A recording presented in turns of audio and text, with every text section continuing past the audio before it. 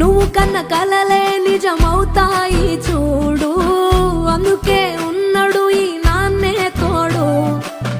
దశరథ మహారాజే నాన్నై పుట్టాడు, నువ్వు రాముడంత ఎదగ